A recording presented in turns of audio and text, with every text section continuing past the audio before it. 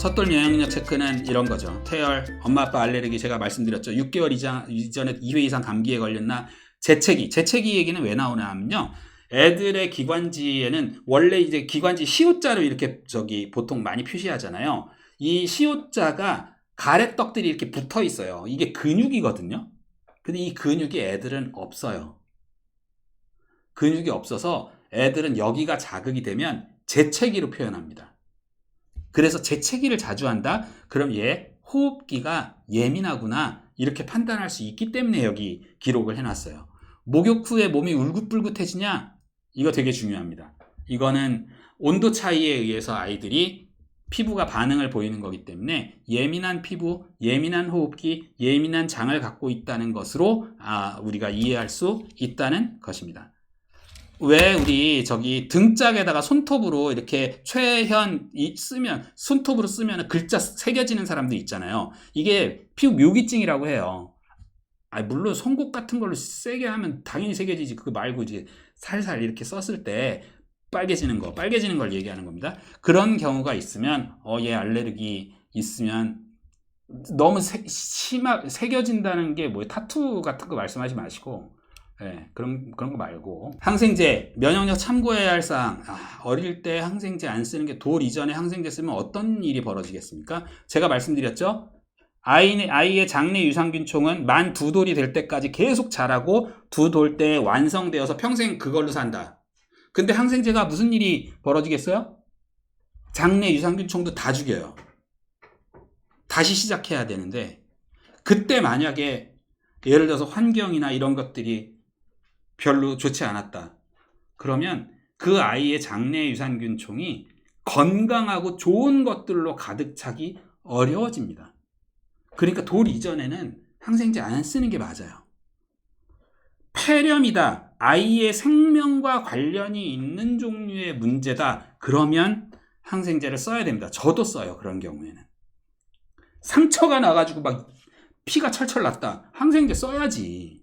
왜냐하면 항생제를 써서 잃는 손해보다 얻는 이득이 훨씬 크니까. 그런데 이렇게 되지 않는다. 항히스타민제 콧물만 말리냐? 항히스타민제는 기본적으로 히스타민이라는 것, 여기에 히스타민이 몰리잖아요. 그러면은 이쪽으로 물이 몰려요. 내 몸에 수분이 몰려요. 그러니까 항히스타민제 콧물이 이쪽으로 수분이 몰리니까 콧물이 나는 거잖아요. 그걸 막으려고 항히스타민제를 먹으면요. 히스타민이 여기 모이지 않으니까 콧물이 안 나온다. 콧물만 말리면 다행인데 그렇지 않고 진짜로 내 몸에 분포해야 되는 모든 수분들을 말려요. 그러니까 기본적으로 얘가 콧물이 많고 기침을 해요. 그런데 항히스타민제를 주잖아요. 그러면 콧물은 마를 수 있는데 기침은 더 해요. 왜냐하면 목이 마르니까. 그러니까 진해도담제를 또 줘요. 그래서 기관지를 늘어뜨려요. 그러면 살아남는 놈은 누구다?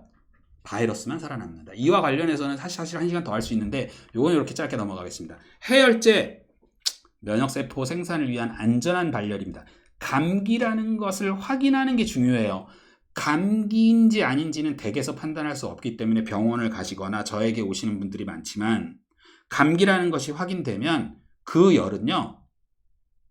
신경 쓰지 않으셔도 됩니다. 소아과학 교과서, 양방 소아과학 교과서에 감기에서의 발열의 해열제 사용 기준 온도가 40.5도예요. 교과서니까 얼마나 보수적으로 쓰였겠습니까? 그럼에도 불구하고 거기에 이렇게 쓰여 있습니다. 그러니까 필요한 적정 시점에 짧게 활용하도록 만드는 것이 일단 제일 중요한데 잘 모르시겠다. 그러기 위해서는 사실 주치의 같은 분, 내가 자주 찾아뵙는 의사 선생님들이나 한의사 선생님들이 있어야 된다고 저는 개인적으로 생각합니다.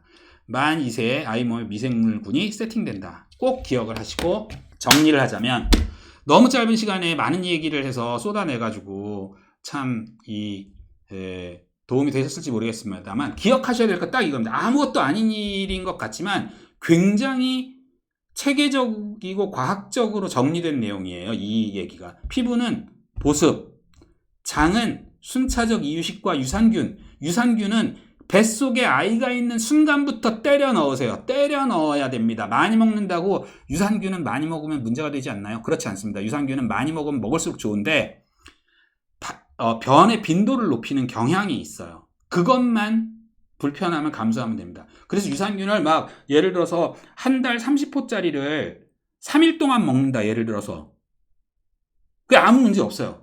맛있기만 해. 개들이 근데 많이 죽기는 할 거예요. 아깝긴 하지. 그냥 한 포 정도 먹는 걸로 충분하다 이렇게 보는데 유산균은 때려 넣는다. 감기는 항생제 해열제 없이 키워야 된다. 아이들을 항생제 해열제 없이 키우기 위한 방법을 반드시 설정하셔야 됩니다. 제 자랑을 하자면 저는 그것 때문에 24시간 카톡 상담을 해요. 저한테 아무 때나 보냅니다. 2시 반에도 보내고 4시에도 보냅니다. 엄마들이 애가 이러이러한데 어떻게 해야 되나, 요렇게 하세요, 저렇게 하세요, 응급실 가세요, 양방 약 중에서 이거 먹이세요, 그건 편의점에서 팔아요, 약국에서 이거 사시면 돼요, 아니요 이거는 소아과 가셔야 돼요, 다 얘기합니다. 이런 방식으로 관리하는 게 중요하다. 공기는 서늘하게, 습도 높게. 원래 공기가 22도, 습도 60%. 이게 아이들의 면역력을 위해서 가장 좋은 온습도예요. 애완동물은 최소 5살도 사실 안 쓰고 싶은데 요즘에는 많으니까 최소 5세, 만 5세예요. 만 5세 넘어서 애가 좀 겪을 거 겪고 그러고 난 다음에 키우는 게 좋다. 돌 전후에서 엄마 면역력이 다 소진될 타이밍쯤에 얘 혈액순환하고 면역력을 키우기 위한 돌보약 같은 건 반드시 고민해서 여러분들이 아이를 키울 수 있다면 참으로 좋겠습니다. 이미 키우고 있는 아이들은 어떻게 해야 될까요? 이미 키우고 있는 애들은 잠시 빠이빠이. 네, 반드시 하시는 게 좋습니다. 그리고 유산균 때려 넣으세요. 그래, 무조건 때려 넣어야지. 네, 그렇습니다.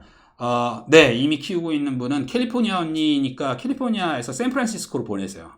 네, 최대한 멀리 보내는 게 좋습니다. 네. 가끔 가다가 보는 멍멍이들은, 지나가다 보는 멍멍이들, 안 볼 수는 없지 않습니까? 눈을 가린다고 해결되는 문제는 아니에요. 보는 건 어쩔 수 없습니다. 네, 그렇습니다. 저 서울 사람이에요. 캘리포니아 언니인데 서울이지 왜? 유산균, 그렇죠. 이렇게 해주시고 오늘 이야기는 모두 마치고요. 혹시 뭐 궁금한 점이 있으시거나 그러면 질문을 나중에 받아주나요? 네, 질문을 받아주신대요. 그러니까 궁금한 점이 있으면 좀 구체적으로 써주시는 게 좋습니다. 어떤 분들은 질문을 똥이 많이 나오는데 어떻게 해야 될까요? 이런 식으로 질문을 하시는 분들이 있어요. 그런 분들은 막으라고 할 수는 없잖아요. 뭘 설명해야 될지 알 수가 없습니다. 그러니까 그런 것들은 좀 자제해 주시고 아주 구체적으로 설명해 질문을 던져주시면 제가 맞게 답변을 해드리도록 하겠습니다. 자, 50분 동안 수고하셨습니다. 감사합니다.